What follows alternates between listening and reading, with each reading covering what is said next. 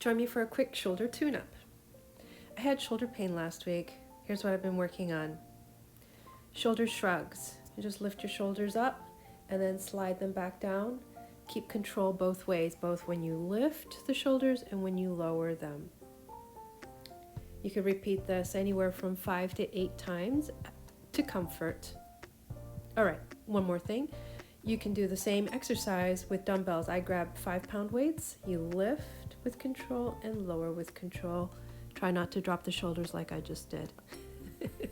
Lifting up and lowering down, that's better. And lifting up, lowering down.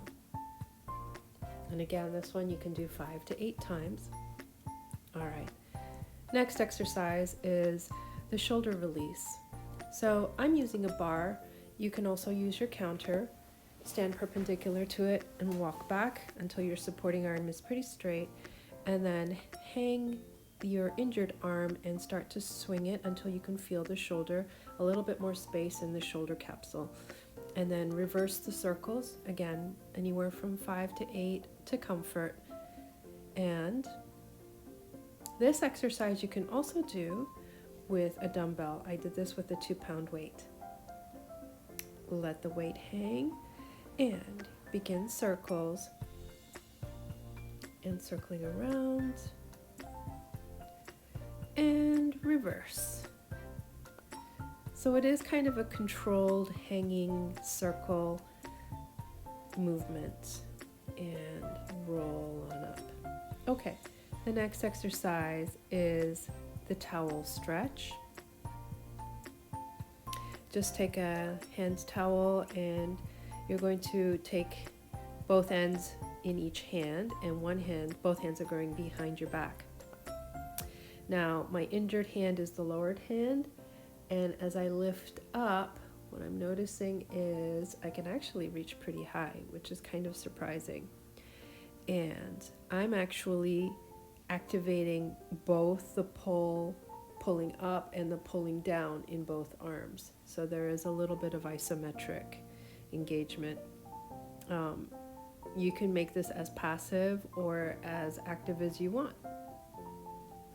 Okay, and then as always, switch. So let's see what happens on this side. We're going to,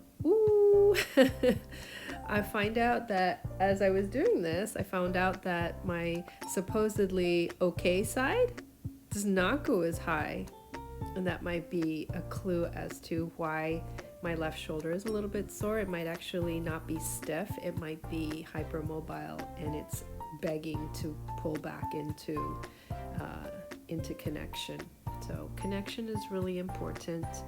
We don't want to stretch when we're sore.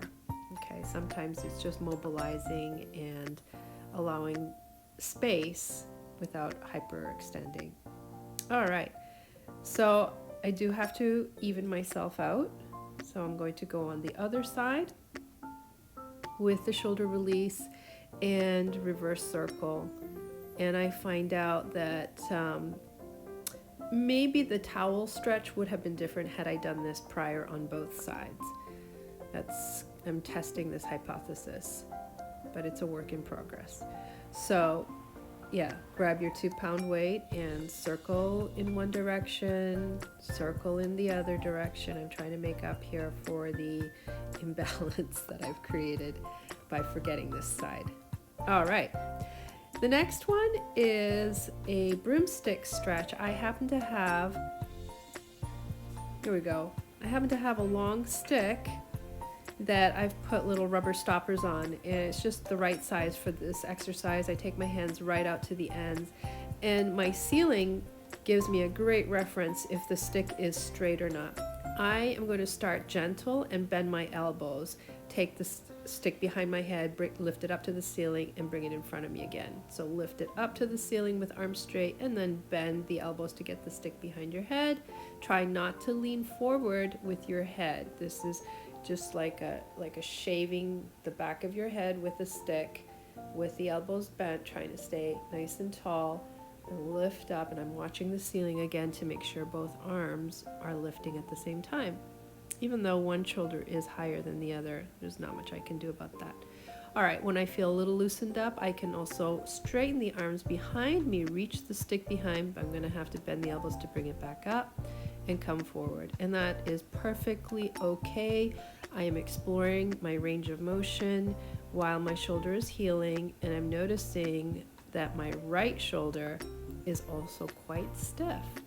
So injuries are an occasion for us, almost an invitation for us to explore movement, and sometimes the sore side, it needs attention in one way, but the side that's not speaking to you with soreness at the moment also needs attention for other reasons. So bottom line, always keep moving. All right, I hope these helped.